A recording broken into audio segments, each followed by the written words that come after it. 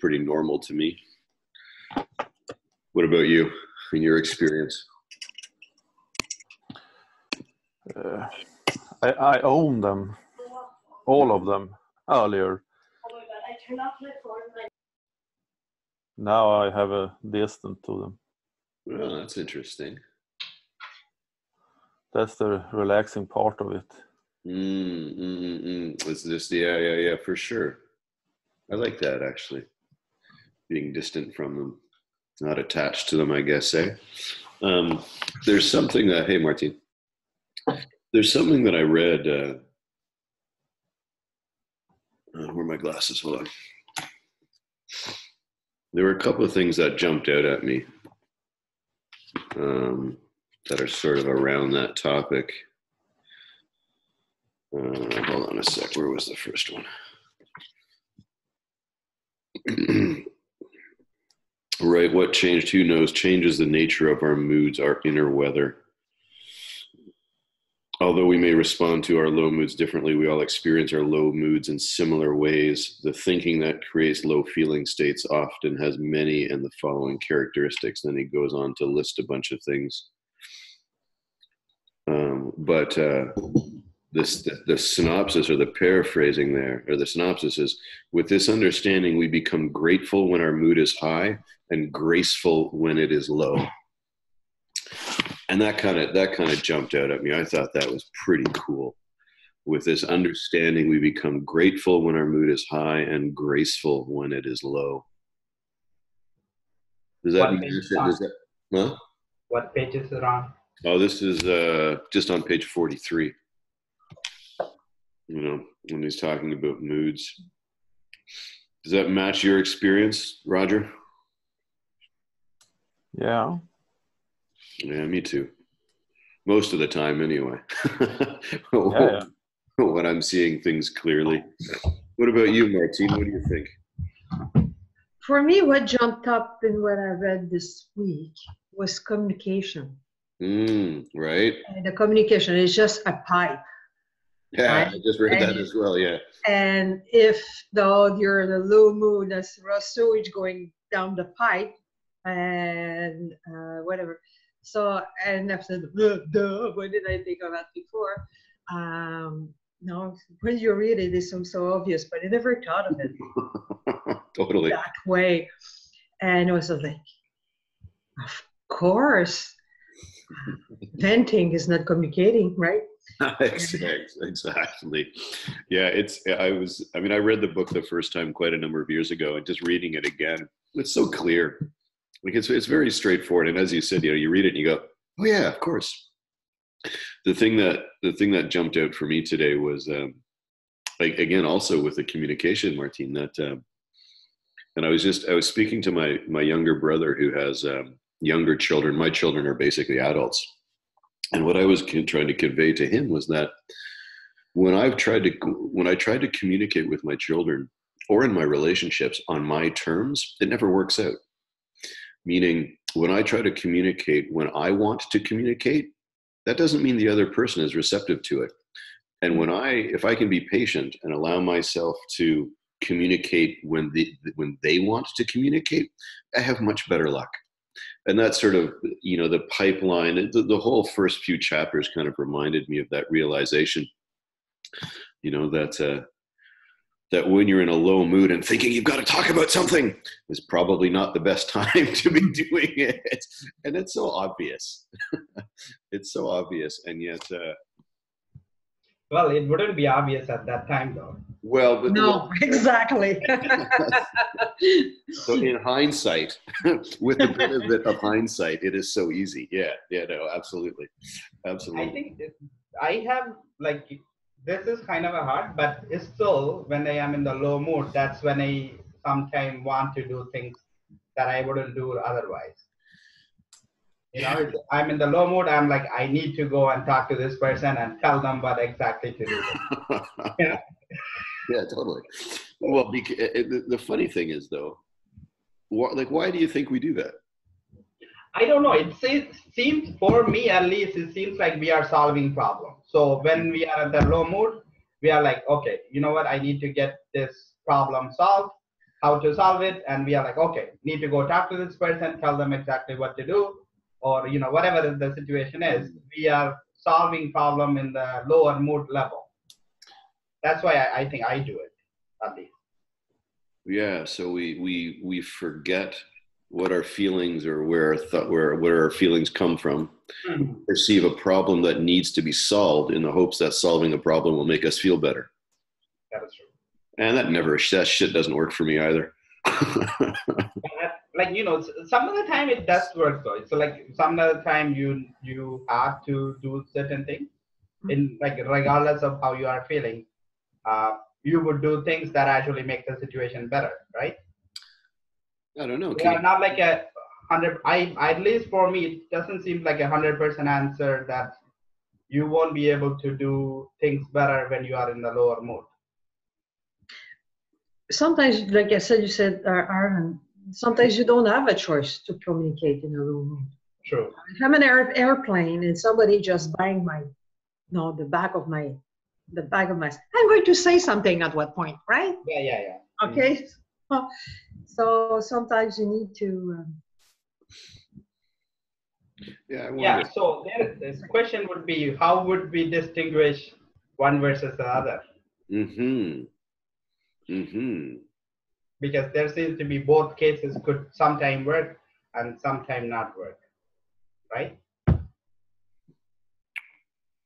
Yeah, and then how do you, if you use that example of someone banging your seat, do you react differently if it's a child or if it's a 300-pound man? Mm-hmm. If it's a little kid going ta ta ta ta ta ta ta, that might be annoying. Yeah. For me, I think I would be more willing to excuse that. Mm-hmm. That's a kid, whatever. And then, but other times, that leads me to, why don't those parents understand what's happening and why don't they take charge of their kid? So I wonder, I don't know, the ability to act when we're in a low mood. Do you think that's different than how we communicate when we're in a low mood? Well, I personally communicate a lot more better when I am in a better mood. So whatever I am saying is actually in a loving, caring, joyful way when I am in a better mood. Than when I am angry or upset, or I am really need to get over this hump. That's whatever it is. It comes when I am in a good mood. Communication flows naturally, and I don't have to think about it. But when I'm in a lower mood, I actually have to have already planned, and I go like, So better mood give me a better option for a communication. Yeah, agreed. Do you, there was something, just a quick bit of business. And I mentioned this last week. George had a heart attack, right? So, he had fairly significant open heart surgery. And so his team reached out to me to say that, we might not be able to have George on, and that Linda would maybe step in. So when I reached back, I said, if Linda wants to do it, if it would be of service to her, great, let's do it. If not, we'll postpone. So they got back and said that Linda would prefer to postpone it. So we'll continue on with our weeks. When we're done our book, we'll take a little bit of a break before we start our next one. But just so that George and Linda will be rescheduled. Just so that's it. And I'll make a note of that too for the group, so everyone knows. But that just occurred to me. Yeah, but you must be feeling fine, because I'm going actually to Love Corner to do the 3 days with Elsie's Fiddle, George, Linda, and Elsie. Right. And when is that? At the end of September. Yeah. So my guess is, Martine, is that is such a significant thing. That's, people are coming. It's a much more significant thing than a book club is. Yeah. And, maybe they're lying. Maybe they're lying to me, but I don't think so. I didn't. No, he might be just reserving his energy or conserving his energy. Yeah, that's the sense that I got when I spoke to Terry. So. But anyway, what are you saying, Jesse? How are you this morning? Good morning. I'm good. I'm still haven't kicked the kick the illness, but I'm good. I'm just listening to this. I was getting somebody a cup of tea, so. Oh, lovely. What I was thinking, how do we start these conversations on a Saturday morning? And I still like them. So what's better since last week? Anyone have a things are looking better story?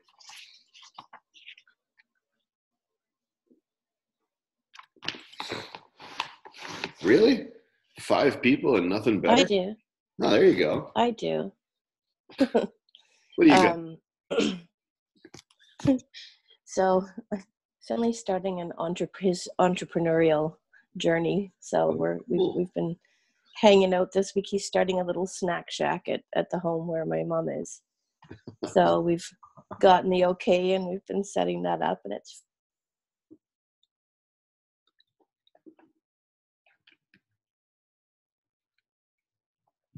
Jessie Lynn, you're gone. Everybody's gone. Can anyone hear me? it's really fun to have them. Jessie Lynn, you cut out there for a little bit. Oh, The last thing it's my internet connection. The last thing that I heard was that you've gotten the okay to go ahead and set up a snack shack. yeah. And I was just saying how it's fun to sit down and have money conversations, because I didn't have those growing up.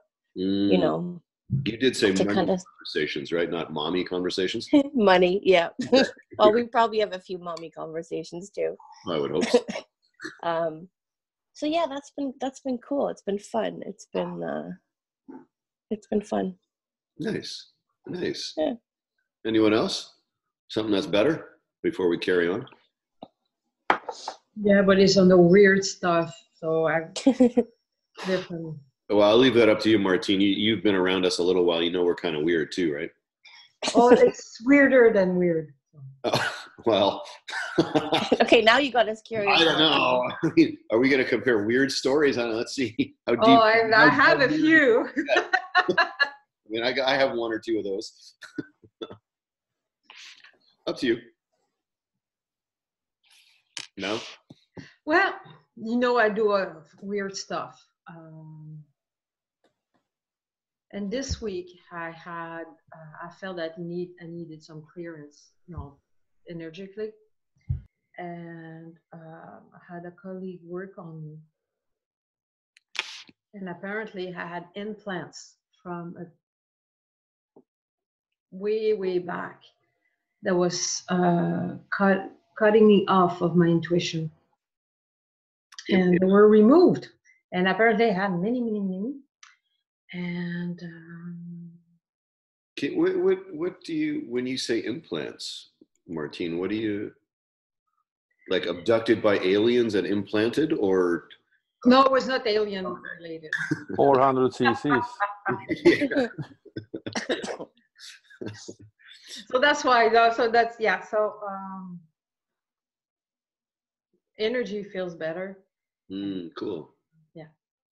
Cool. And I had a nice little week. No, I took Tuesday afternoon off and Wednesday off because the Happy red birthday, arrows. by the way. Pardon? I said happy birthday, by the way. Thank you. Oh shit! Yeah, happy birthday. Good call, Jessie. So I went to see the red arrows. They're the British snowbirds. Oh, cool. And then went to see the dinner with my oldest son, and then went to see Allegria. And then Wednesday, I just all day at the spa, the Nordique spa. So you've been. I'll just go to the eat and the cold and the eat. And they have a new thing. It's called the banya. It is a Russian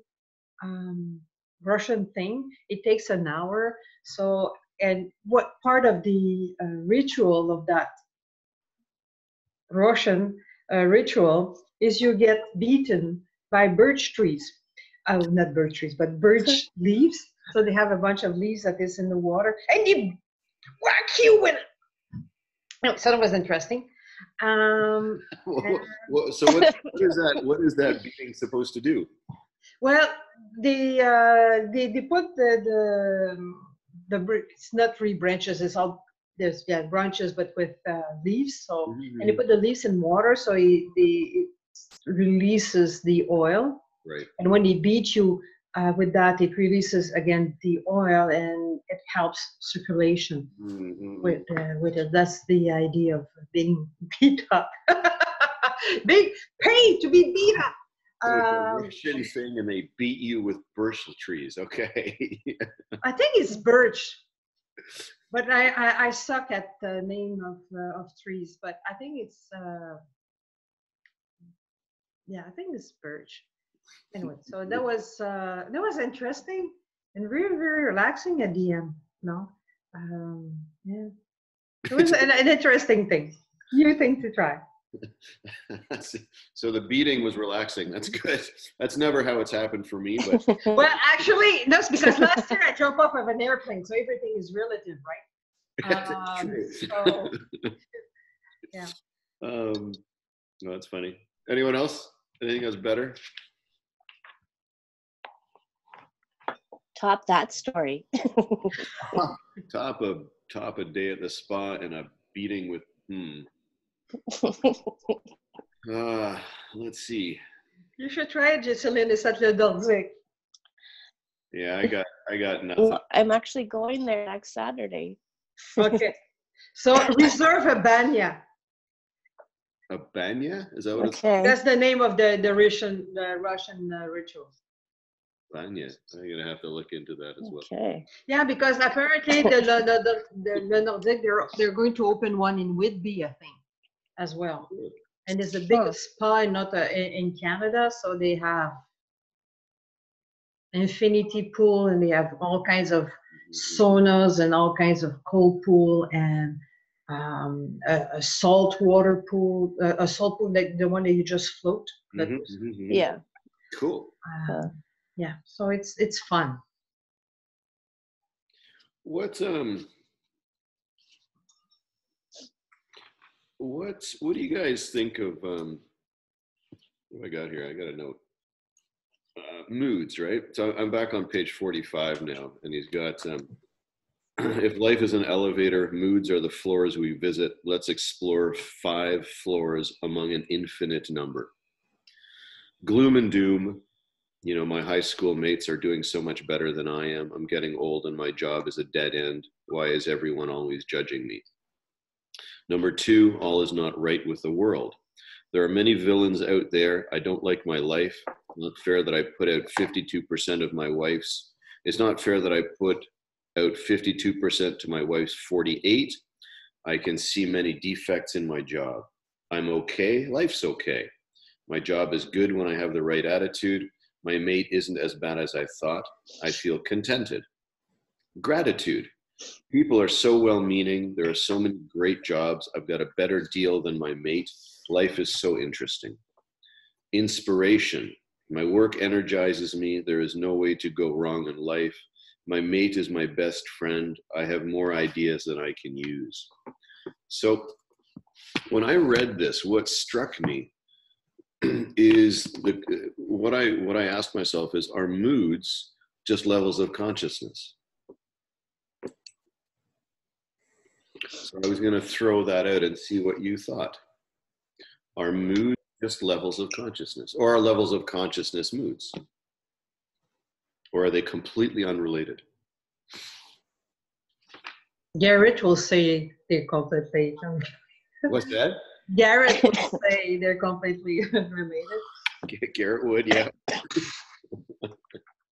And I'll give you a little bit of context. I was speaking with David Banks yesterday. We chatted for about an hour and about 90 minutes, about his dad's early work. And we're going to get him back on with us. We're just trying to figure out timing for us. So now, David Banks is emphatic that Sid used to talk about levels of consciousness, and that there are levels of consciousness, that there is a duality within the non-duality.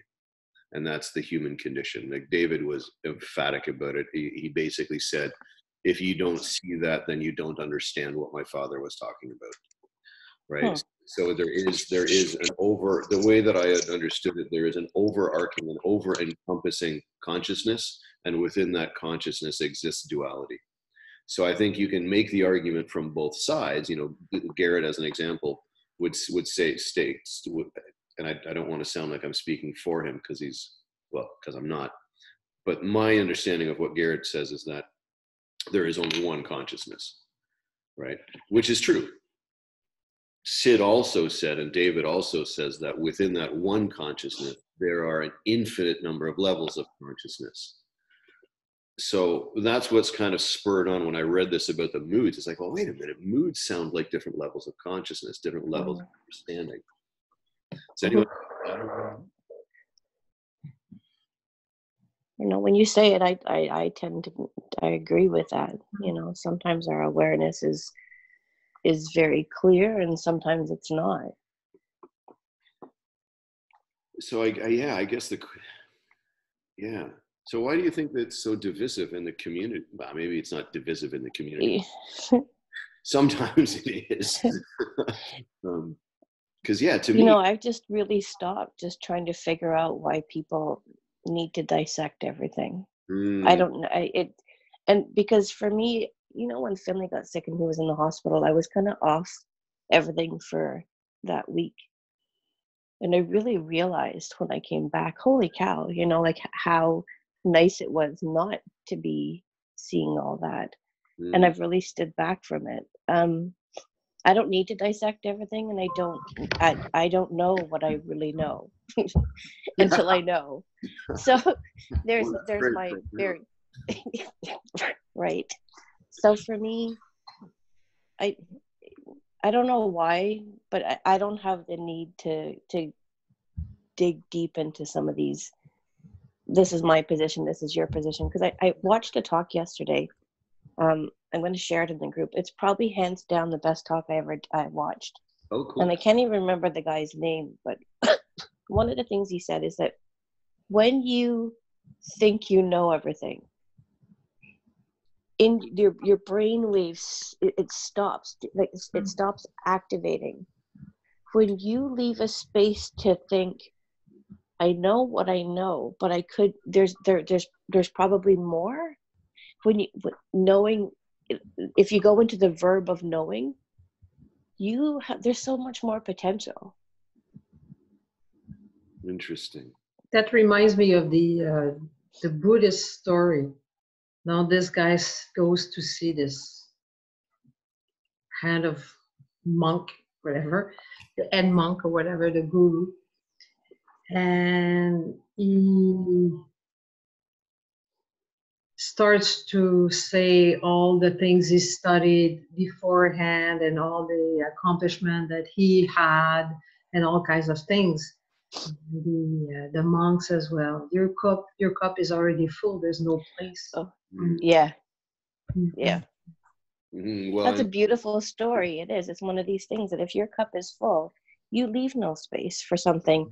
And what this guy was saying is, okay, say you're in a situation where, okay, like this is a pen. So, okay, you've decided this is a pen. You don't need to know anything more. But what if you looked into, okay, so what's the pen made of? And so whatever the pen's made of, what's that, like, what's the process for that? There's always a space to grow and to, to tap into. So I don't know. Yeah. Well, I think that's really cool, Jessalyn. And as you held it up and went, this is a pen. That's not what I saw. I mean, it's a pen, but I saw it as an upside down pen. And then, is it a rollerball pen? Is it a black pen? It's a crappy pen, whatever. No, it's a Sharpie. But that's just it. You're absolutely right. That idea of, and I got you.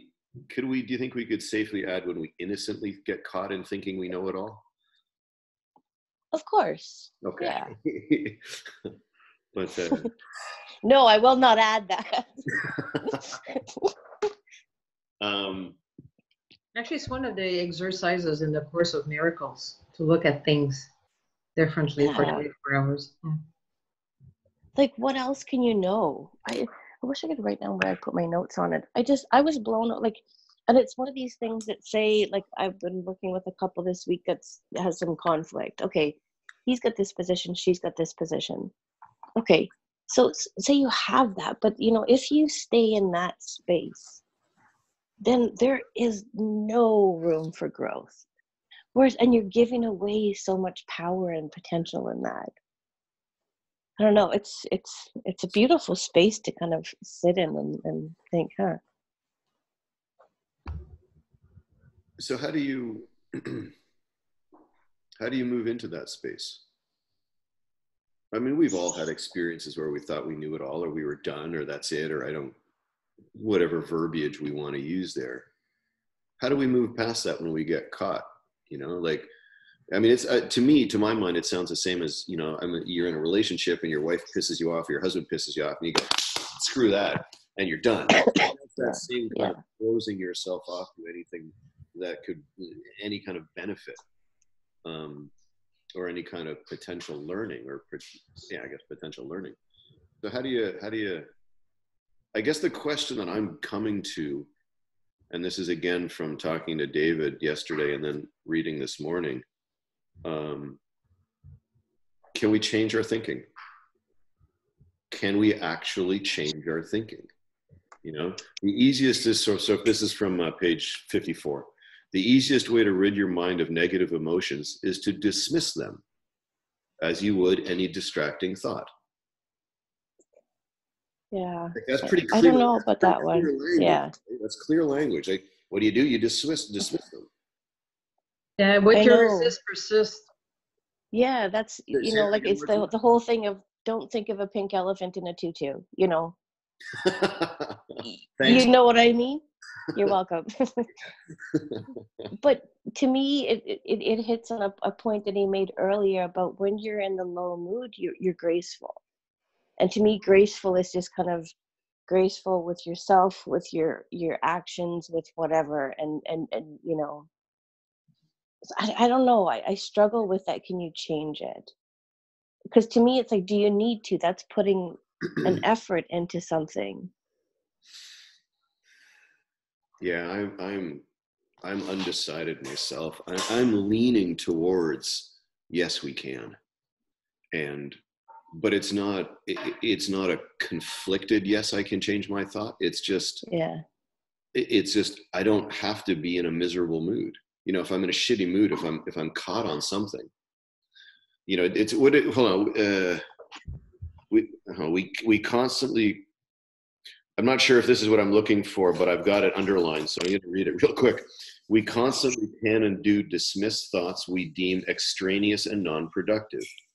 It is only our misguided judgment about what is extraneous and unproductive that supports the presence of negative thoughts in relationships. We constantly can and do dismiss thoughts we deem extraneous and unproductive. Yeah. I mean, to me, when I read that, I see dismiss and change synonymously, and maybe they're not. Maybe dismiss in this context is just allowing the next thought to come. And without getting too analytical about it, right? Yeah. Not engaging with it, maybe. I don't know, because now when you read that, something, I don't know what it is, but something was like, yeah. Can you explore whatever that was, Jesse? Hey, Don makes a red screen now. Hey, dude. Like like the extraneous thoughts. Like, okay, so I might have looked outside today and said, "Oh, it's a dull day. It's going to rain," but I didn't sit in that space and moved on from it. But I also didn't actively try to change the fact that, like there's something in there. I don't know. There's something in there about taking action on something. I don't know. I'm dissecting it in my head. Depends the start point. If you say, I have to dismiss, no, I cannot allow myself to think that's only thought. I think you just give energy to it. Yeah. As you just let it go through you. Okay, that's the weather at this moment. No, you can't change what already is. Hold on. Go ahead, Roger. Yeah. You can't change what already is. You can't change a thought. A thought is a thought. There's no change. You have to lean to the dismiss part. move on, let it be, and all the words we can use for it. Yeah, so But maybe you can't change the thought. maybe within the language then, right? Dominic, Yeah. we're just talking a little bit of I spoke with David Banks yesterday, and we were talking about changing thoughts. And, Sid kind of, David's take was that Sid pretty much said you can change your thinking. And, we're on sort of around page 54, 55. The easiest way to to rid your mind of negative emotions is to dismiss them as you would any distracting thought. And he gives a few examples. I can't find examples now, but he gives a few examples of ridiculous thinking that we just change or dismiss, and other things that we attach to. Right. So we're kind of exploring whether or not we can change thought. Which is kind of where you came in. Amy, I remember, said that struck me from her book, that she also, I think she used the word dismiss or like that. Yeah. Like, so you get some thought and you dismiss it. And that term, for sure, when you have ridiculous thoughts, that happens. I think that's what you do. What's the one that everybody, like some people in the community have used? Like, you walk by a mailbox and you think you're walking your dog. I don't know who did this. Someone said you're walking your dog, and you know how they poop and you have to pick it up, right? So you pick it up. Then you walk by a mailbox and you think, I could just deposit this in the mailbox. Like a thought comes to you. And that's an example of, well, first of all, did you think it? Did it can't is this a thought that comes by? So, and because it's ridiculous, there's no energy in it. It's not like you sit there, but the minute you engage with it, the minute you say, this is really bad, that's not something I should think, I don't know why I would even think a thought like that, like what does it even say about me? Like the minute you do that, it's yours now. Yeah, so maybe we're getting caught in the language a little bit, that it's not changing or dismissing, it's understanding the nature of. And the clearer your understanding of the nature of thought is, the less likely is the less the likelihood that you get caught up, or the less time you spent caught up, maybe. Well, or just letting it pass through. I just found the little spot. Sorry, Jessie Lynn. Many current therapy approaches treat emotions as if they were tangible objects lodged in the mind. But emotions are more real than dreams. No one fears that last night's dream has the power to affect your waking life. If you dreamed we ran out of gas on the highway, we would not walk to a gas station first thing in the morning. Emotions should be seen in the same light. They only have the power to affect us when we are actively thinking them. So an emotion is only a neurotransmitter, and it lasts between 17 seconds and 90 seconds.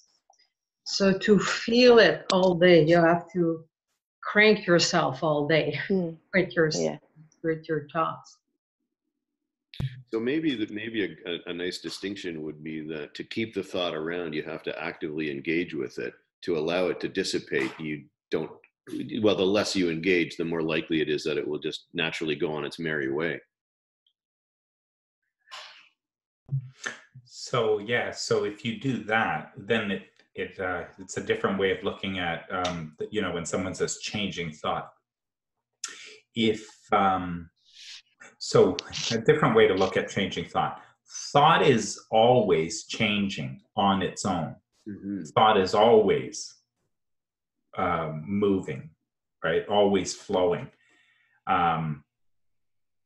If you're going to do anything, when people say, I'm doing something, the doing part that you do is to give attention and stay there. Mm-hmm. To change thought is, well, it's very difficult because your very act of I'm going to change the thought, it instantly is grounded in it. It's like instantly. because that was so bad. It's so negative. I'm feeling so bad. So the minute you're in that whole mode of I'm going to change thought, you've now got an opinion, some sort of assessment about it, and you're stuck with it somewhat. Whereas if it's just flowing, thought is always changing, and you're only doing. The only doing you're doing is giving attention and staying with one. Right. If suddenly a glass crashes in the kitchen, your attention goes immediately there. You're not with this thought anymore. So there's nothing about having to change it. Your mind will just keep moving.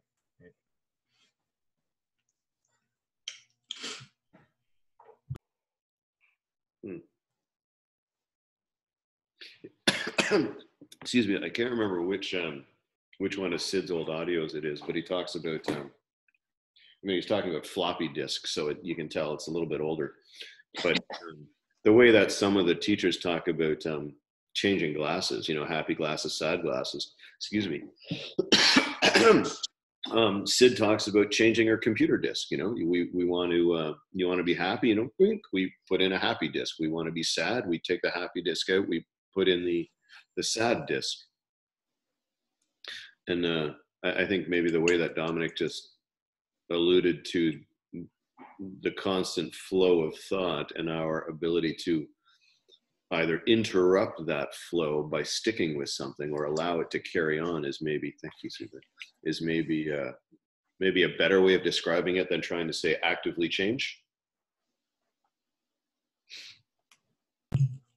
I asked the question of Abraham at a workshop. It was in 2016 after I did after I learned about the principles. Actually, I was in Super Coach Academy too. So because I often heard Abraham talk about changing thought. And I said, can we change thought?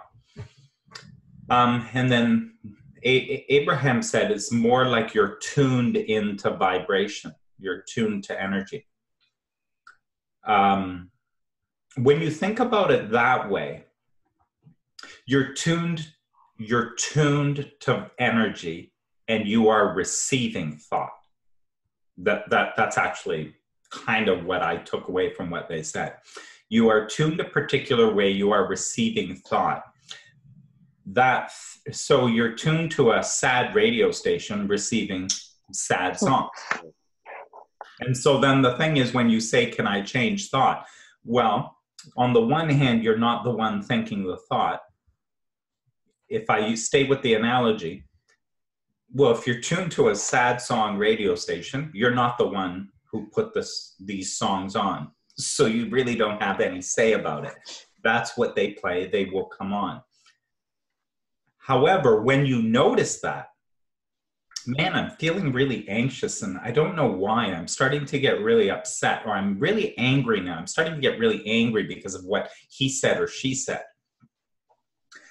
What will happen is you start to notice that the thoughts almost, it's just giving you information of, well, what am I tuned to right now? And if that was happening with a radio station, you would change the channel or tune differently. Change the dial, yeah, change the station. Or an insight will change the radio station too. Say that again? An insight will change the radio station too, more permanently. Yeah, right. Yeah.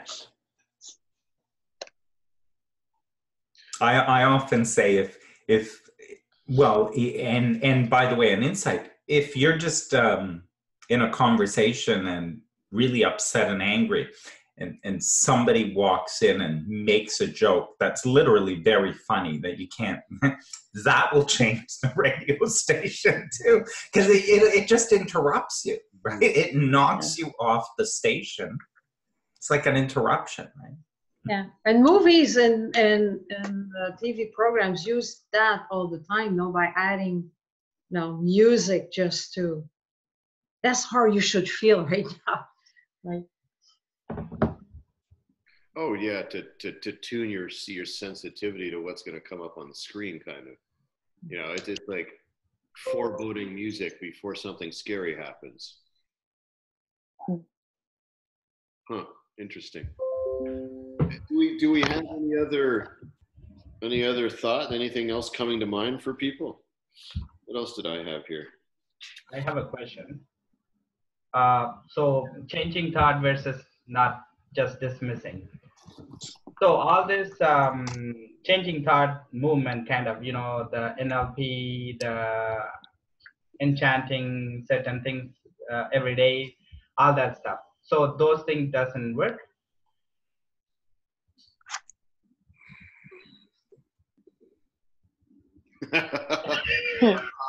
Who wants to take that on? I don't think affirmation works personally. Because oh, go ahead, Martin. Go ahead. Yeah, because if you've got a belief that I'm a worthless piece of shit, and you've been told that since a younger age, just affirm every day, no, I'm a terrific, magnific person. Well, the subconscious mind knows that's bullshit, right? And our subconscious mind is like a 4-year-old and will block whatever you're trying to do. Once in a while it might work, but I think vast majority of time, it has the opposite effect. The subconscious mind just will entrench the opposing belief. And what about times where, you know, someone like Michael Neal will talk about, I know there's somewhere he talks about how, and I think it was in his NLP days where he was on a show and they were talking to people with phobias about spiders, and how he knew that in 20 minutes he could eliminate that fear of spiders for the person. It's a learned thing, and well, yeah, it is very, because it's learned from, let's say, fear of spider or fear of mice. Usually, because you see, no, you were 2 or 3-year-old, and you see a little mouse. Oh, that's cute. That's true, they're cute. Oh, little cute mouse. And then your mother, your grandmother goes, ah, and jump on the table and freak out. Then you learn that mice are dangerous, or that you should freak out in the presence of a mice. So it's a learned behavior. So yes, in 20 minutes is fine. Well, but then isn't the I'm a piece of shit also a learned behavior though? It's, well, and I'm not trying to be more ingrained over a long period of time.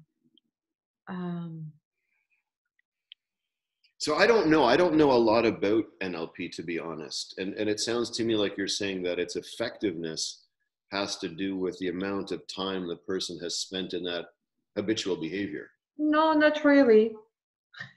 Okay. Mark.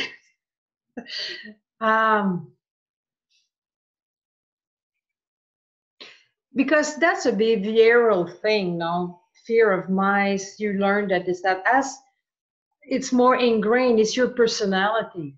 I'm worthless. You take that on, and people go through their lives with that I'm worthless goggles. And everything that goes on board just reinforce I'm worthless. And if there's something that proves to them that they're worthless, it's just dismissed as a, no, you can give them 10 compliments and one one critic, and it will focus on that one critic because that's the only thing will come in, because that's their goals, and that's the way they filter life. Like I had a client that was exactly that. She thought she was worthless and she didn't deserve, there was something wrong with her, and it didn't even deserve a hug.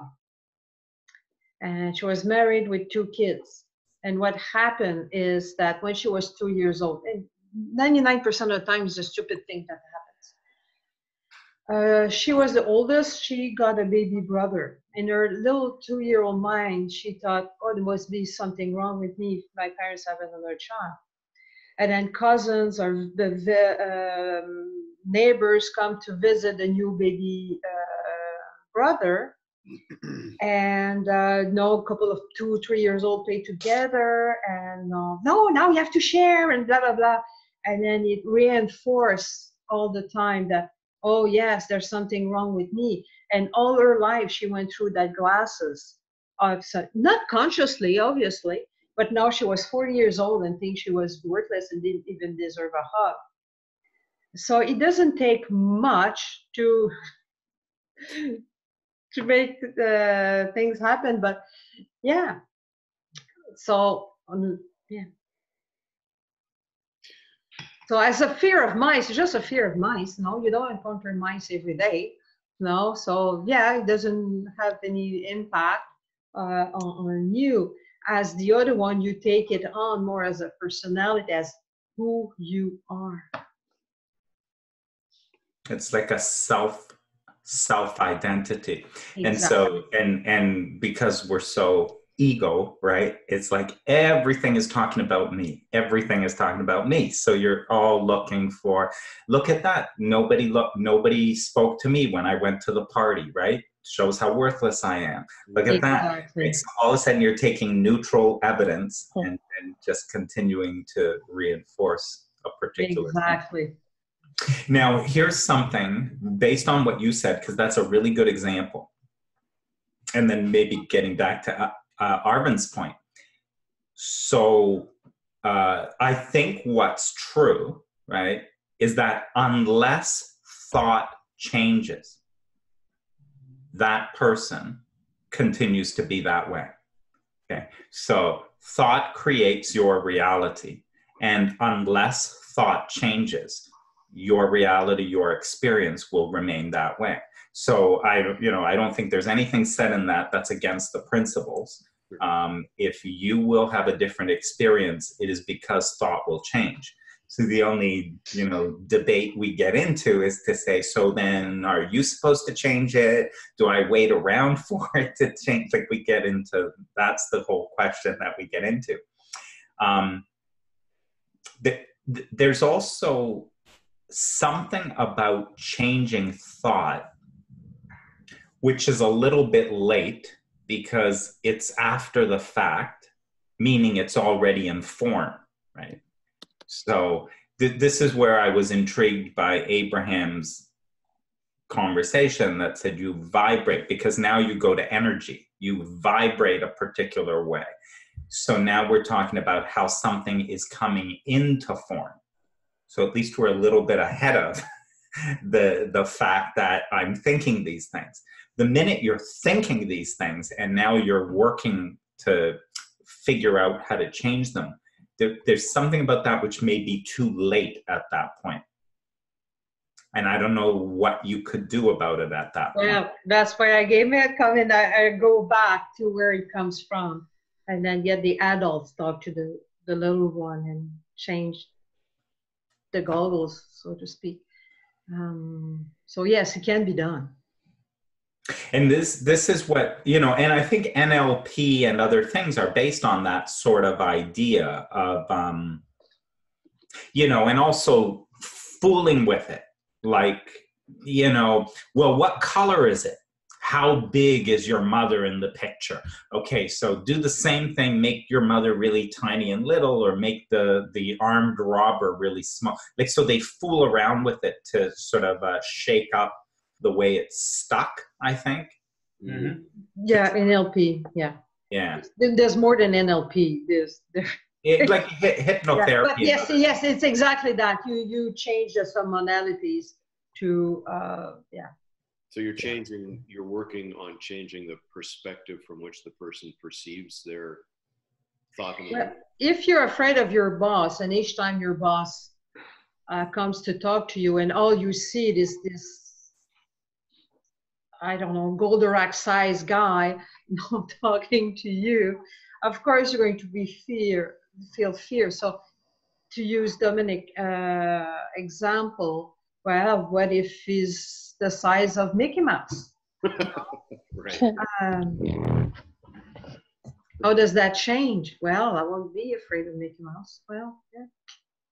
I don't know. I'm sorry. This has everyone seen the movie Ghostbusters? Here? Yeah. Yeah. Okay. Think of something, and and then all of a sudden there's a 40-story tall Stay Puft Marshmallow Man. Sorry, I don't know why. Yeah, but, sorry, Martin. No, I mean, good point, right? But Arvin, Sorry. No, just talking of Abrams, Creon are in town right now. really? In like Toronto or where? Ottawa, sorry. Oh, you're in Ottawa. Okay, yes. Yeah, you and Jesse Lynn are both in Ottawa. For some reason, Martin, I thought you were in Quebec. Well, I am in Gatineau. So Oh, Quebec side of Ottawa. Right. Well, because Arvin, so what? Just keep going with your question, or what did that get you in terms of? So I think there is a point where I think that you can change your thought, right? So because we learn the fact of how we think from experiences, right?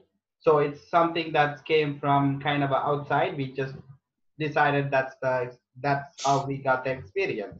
So for example, the mother who is seeing herself not worthwhile, she kind of got the idea from something outside of her, like something that's happened to her when she was 2.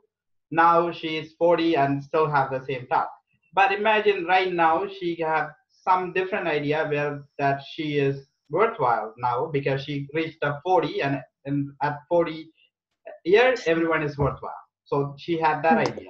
Then now she would be, regardless of whatever people says, would be fine with her worth.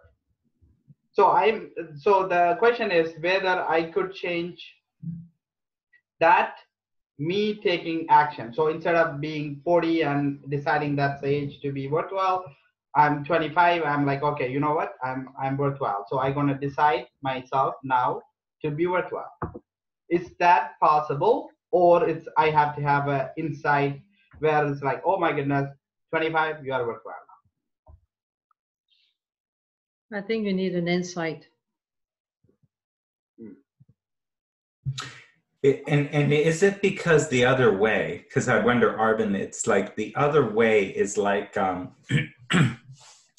I control my breathing? Because I don't breathe right. I should breathe deeper down, like from my diagram. Can I control?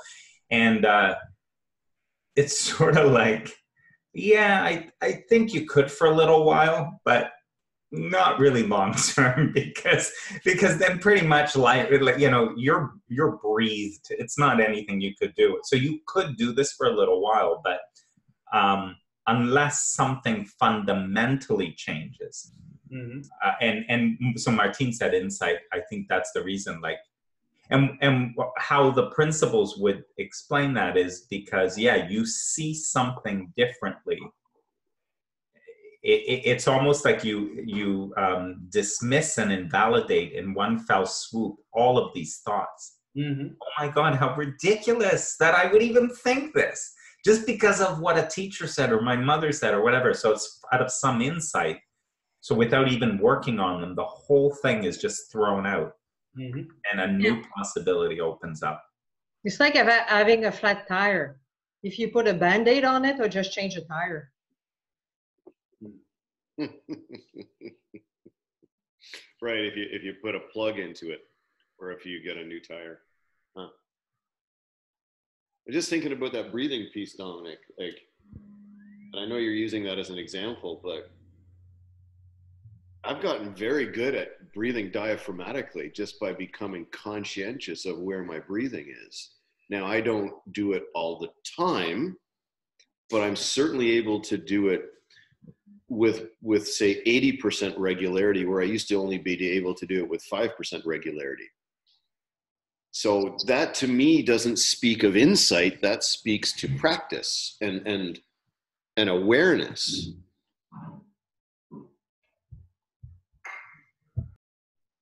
Yeah.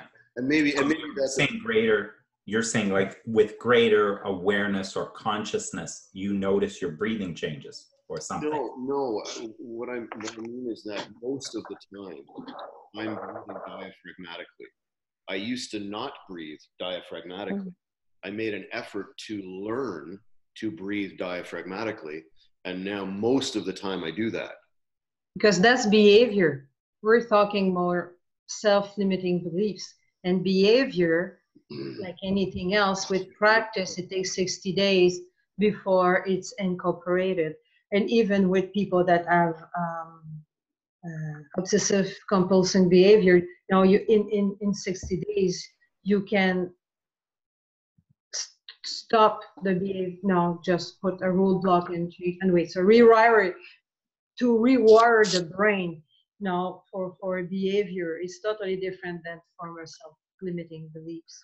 Right. Okay. And that's, I think, what you were saying originally too, Martine, when you were making the distinction between being afraid of a mouse and having a belief about yourself. If I understood that correctly. Yeah. Huh. Neat. Question? Yeah. Go, Arvind. So you are talking about rewiring our brain setup. If that's the case, wouldn't that thinking about certain way of yourself is also a rewirable? I think that's a really good question. Yes.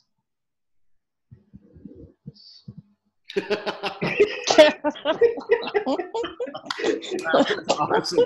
I hope that. Sorry, Martine, but the face that you were just making comes up as our screen. That was awesome. It is out there now. So where is the distinction in that then? Like I think there is a truth, like at least a smaller truth that we can actually take action in order to change how we think about it. At least in my experience, seems like, you know, I was able to, when it comes to finances, I was able to actually reprogram, kind of think differently about the money and finances because I took action how I wanted to go for it, right? So that rewiring took a while, but it actually, I'm much more of a comfortable, much more easier dealing in finances because I took those action, took those learning process. So pretty much everything comes from outside, the learning process, then I changed. Which if I could have waited for a while to get that insight, but I personally don't think it would have been insight that would have changed unless I took action to go toward that particular way of thinking. Is it possible that what caused you to take the initial action of change was an insight? Well, I wanted to become successful when I had nothing pretty much. So I decided, okay, I'm going to go become a certain way. So if the mother is the case, if she decide, okay, I am going to become somebody who's worthwhile or think I'm going to be worthwhile.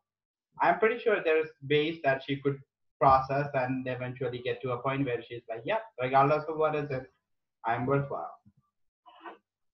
Well, yeah, and so what you're talking about is the difference between deliberate and intentional versus accidental. Like if thought is changing all the time, it is, and you could, you know, you could get out and it's always gonna move around, right?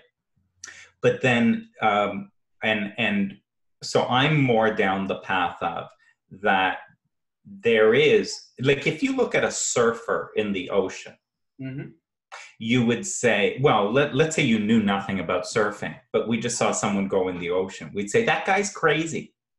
It's crazy. Look at the waves. He thinks he's got any power over those waves. He's an idiot. Right? So because what you do is you get out there and then the energy moves. It's not in your control. And you're just shaking around anywhere it goes. If the energy changes, you're sad. And if it doesn't, you're happy. And then sometimes you're up, sometimes you're down. But this isn't anything you control. And then you get a surfer who develops some skill in how to surf the energies. And suddenly that person is very deliberate, and they're able to move those energies through to goals and to things that they achieve. Now, in the 3P community, I think there's a bad rap about deliberate and intentional. Agreed. Very bad rap about it. And I don't know that Sid or anybody else's insight ever said whether you're allowed to do something or not do something. Yeah. You're not allowed to do affirmations. Mm-hmm. Not allowed to do certain things. But that's not an insight. Mm-hmm. Insight was that thought comes from the formless. So formless to form, thought is creating your experience. Nobody said what you can and can do and cannot do with that. Yeah. I think you can do whatever you like. Mm-hmm. And there's a lot of, in 3P that starts to get into the what you can and can't do and what's proper and what isn't proper. Mm-hmm. Well, and on that note, talking to David again yesterday, we touched on free will, and unequivocally, if you don't think that we have free will, you do not understand what my dad was saying. Is how David phrased it. So I mean, it sounds to me, yeah. Why does that have a bad rap? What is that action? What is that? Maybe I'm missing the way that he's describing free will. Well, these arguments, I think, get into levels when you're talking levels. If you use a metaphor of a game player on a game or in a video game, right?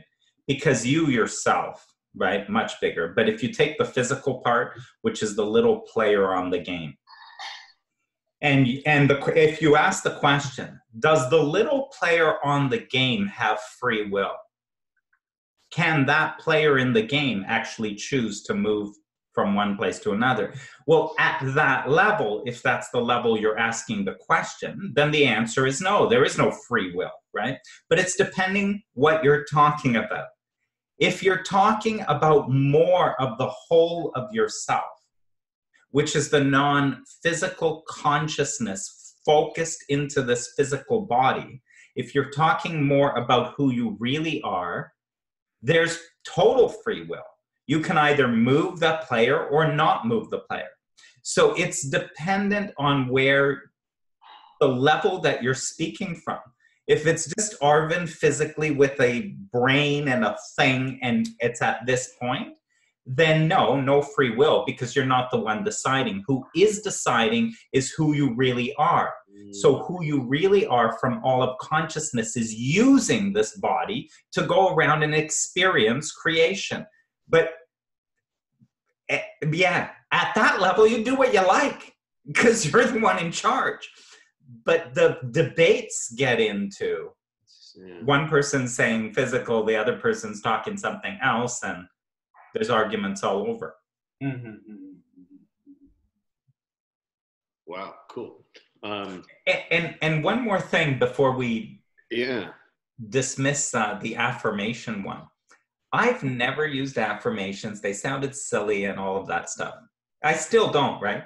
But a few years ago, I tuned into a podcast between Scott Adams. Scott Adams is the creator of Dilbert, the cartoon. Podcast between Scott Adams and Tim Ferriss. So Tim Ferriss is interviewing Scott Adams. Scott Adams, without really much belief, he sort of tripped over the idea of affirmations, and he thought it was stupid, but he began to do them way before he was a cartoonist. If you listen to the podcast and the stories about these affirmations, it's magic is what it is. Now, the moment, if you know me, if I say it's magic, all I'm telling you is there is something going on there and we don't understand what it is, right? That's when I use the word magic. It's like, and it is something worth looking at. because he just describes, he said, I'm this cartoon guy who, whatever it is, it's ridiculous. And he's done it several times in his life, and he tries, he's actually at a point where, don't argue with me. Don't come back and tell me why it does work or doesn't work, because I really don't care. And I'm not trying to tell anybody to use affirmations. He's like, I'm not selling affirmations, and I'm not telling you to use them. I'm just sharing with you what my life was. And I'll tell you, and again, it didn't, convince me or anything. However, it just left me with, what the hell? Like that's pretty amazing what happened. And so it's kind of curious about what is there. There's probably a proper way to do affirmations that he figured out by accident. Oh, I see. Right? Feelings. Yeah, there's probably a proper way, and it brings an intentionality or deliberateness to creation. Because it's amazing, and most of us don't know what that is, and everyone we hear talk about affirmations is just silly, and nothing ever happens for them. So, and to go back with free will, the thing is, we only think this lifetime, right?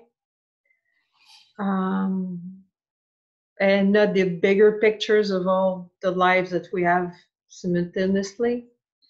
And I'm saying that because yesterday it happened that I did a life between life session, and the guy in his previous life, because usually I bring them to a previous life, kill them off, and then we go up. And anyway, so in his previous life, he was a woman in his 60s. In her 60s, she got tired of life, and she jumped off a cliff. So she committed suicide. And in the life review was interesting because it was the second life that didn't get it. So the first life he chose certain things and didn't get the lesson, so that's why he was alone in that life. Still didn't quite get it. And this life is the same thing, right? It's his choice to get it or not, or half-assed is going to get it, right? But now he knows. No, he just knows how to trust, and trust this bigger thing than runs the show. So you have a choice to get it or not, and how fast or how slow you learn it. No, but it's We have a choice as to how fast we get it or not. Huh. I'm gonna have to think about that. That's something about that is kind of cool. Well, what I got too is, Martine, sort of the pointing to that there's something bigger going on.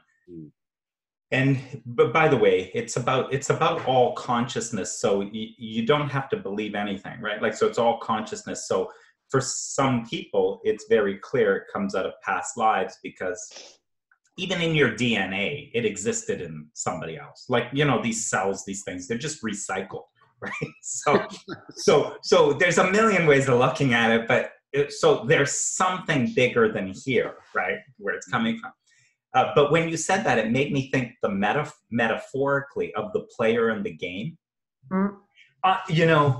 If I'm busy and the kids want to play Monopoly, a few years ago, they certainly won't right now. But let's say I'm busy, the kids want to play Monopoly, we're going to play Monopoly. And I in my mind go, okay, I'm going to get bankrupt as fast as possible. I got like stuff to do. I'm going to get bankrupt as quickly as I can. Right? So I go there and play. From the perspective of the player piece, the player piece sort of goes, what do you mean you're going to buy boardwalk or whatever it is, like the player from that perspective, everything happening seems so stupid and self-defeating, right? But from a bigger intention, this is exactly what I want. What's going on, what's happening is exactly what I want. And so it's playing out in that way. So there's kind of two perspectives going. So when something is happening and you don't understand why, I think to Martine's point is like, there's a bigger intention. So the free will from a bigger intention. What's the bigger thing? That sounds like a differentiation between an egoic view versus a Christ conscious view. It just the Sid's language is fresh right now. Huh. Okay, we got to go, man, or we'll be here all day. But I acknowledge you, Michael, for being able to put into a Monopoly game with a little player piece and bringing in Christ consciousness. That's not easy to do, and I appreciate you. You're welcome. You're welcome. Shout out to David Banks on that one too. Thank you, David. So Dominic, I've told everyone here, and I'll post in the group that neither Linda nor George will be joining us. They've taken a pass on it, and whether it's medical or, you know, they heard that we're all crazy, doesn't matter. I hope everyone will be around tomorrow at 1. We're Sunday. Monday. What day is it today? Saturday. Saturday. Monday at 1 with Hey Son. I know Jesse will be there. I will. Finley has a doctor's appointment at 2, so I'll have to switch to phone halfway through, but I totally will be there. Amazing person. Amazing. Like beyond amazing. Yeah.